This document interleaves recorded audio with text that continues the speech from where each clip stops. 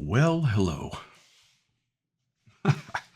Um, Sorry, not a fancy camera setup, but I thought I would go ahead and introduce myself and let you guys know why I'm creating videos. Um, I've been tying prayer ropes for almost three years now, and I posted some stuff on a forum, Father Turbo's Synaxis of Sophia, about some people that were having trouble tying wool knots. And so I made a quick webcam video for them, and they seemed to get something out of it. So I thought, you know what, I'll just make a YouTube channel. This channel will probably only have, I don't know, we'll have probably three. We'll have a knot video and then two different ways to tie off the knots. And the whole goal is to help you work with wool. Most people start off with rat tail, the satin stuff, and it's a lot easier to work with because when you pull the knots together, they just kind of slide and come together really easily. And when you move to wool, or at least when I did, it was a nightmare. Like I gave up probably 3 times. Kept at it. I've watched every knot video on YouTube, and the 2 pulls that I figured out on the knot, they saved me. So I figured I would just go ahead and share. So this first video is just kind of an introduction, and it's I want to go over just a couple little tools to have handy that will help you guys complete your prayer ropes. Something about me. I've been an Orthodox Christian for 2.5 years.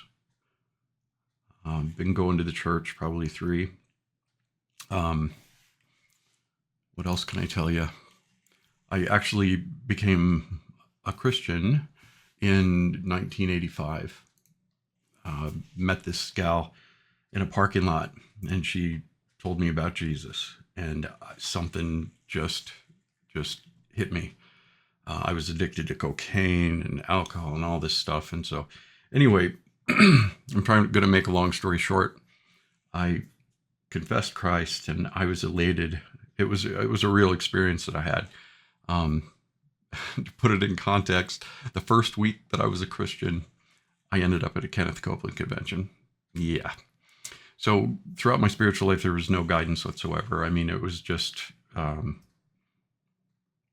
should say there wasn't much guidance. I ended up falling away back into drugs and music. Got my act together around 2000. Started going to a evangelical church. Started playing with the worship team. And then I started going deaf.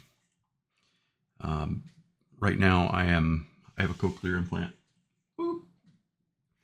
Back there, my hearing is terrible. So I can't play music anymore. But let's talk about orthodoxy.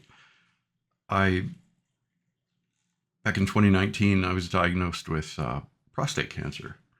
And that was about the time that I started losing my hearing.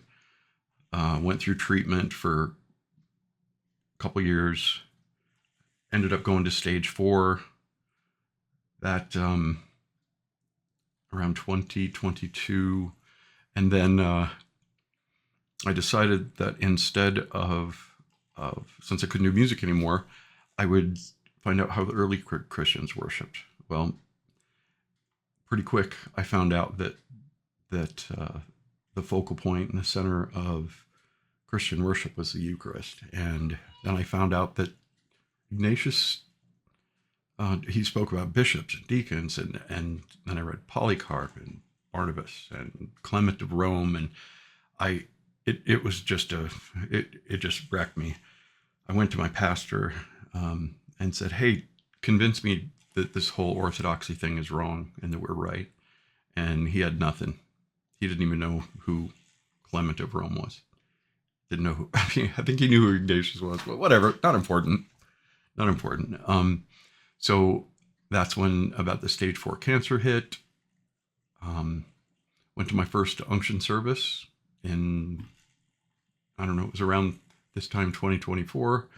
Got anointed with the oil, prayers, and my next test, I was completely clean. I went from stage 4 prostate cancer with it spread from my prostate all into my lymph nodes and such. And I've been clean ever since. So glory to God. So I started making ropes right when I came into the church. I remember Father Nectarios gave me a little prayer rope. And I thought it was the coolest thing ever. Started saying the Jesus prayer and making that a huge part of my prayer time. And I wanted to make them. So that's how I got here. Again, I don't think I even mentioned my name. My name's Brett. If you're my priest, you call me Nectarios, Nectarios. That's my patron saint. God bless him. Okay, so the other part of this video is, instead of just having you look at my hands and some ropes, the big part of this one is I'm just going to show you some of the tools that I use, the things that you want to have first before you get going. Oddly enough, you need some shears. I use these big ones just for cutting. You can use kitchen shears. You can use whatever you want. Some scissors to make that cut. The only other set that I have are these little tiny embroidery ones. Now these come in really handy after you finish the rope. You're going to have yarn coming out of both sides here. I usually cut it with the big scissors and then camera, and then I'll come in and just trim them up. So these little ones are just kind of handy for cleaning up this little nub right here. The other thing is this little contraption. This is a piece of foil that I've melted some beeswax in. Funny enough, my daughter walked by my office and I'm over here with the foil heating up wax. That was kind of fun. Anyway, what I use this for is I found it. You may not have to do this. The pros probably don't have to do this, but when I'm trying to get the ends of this 3-ply or 4-ply yarn into a bead, I find it really handy to just have the tips set with wax. It just makes it much easier to just thread through. Boom, it's done. Other than trying to twist it and get it in there and all that. So I do that before I actually start knotting. It's kind of handy. What else do we have here? Another handy thing to have. This is a needle. It's kind of more of a leather type needle. This comes in handy, and you will need to do this. I guarantee it. Let me see if I can zoom in a little bit. When you mess up a knot, get halfway through it, or you realize, like I do all the time, there's 16 knots in this piece right here. I do 16, put a bead, 16. If you're watching a video or something, or saying the prayer and you're not paying attention and you go to 17, then you're going to need to take this thing apart.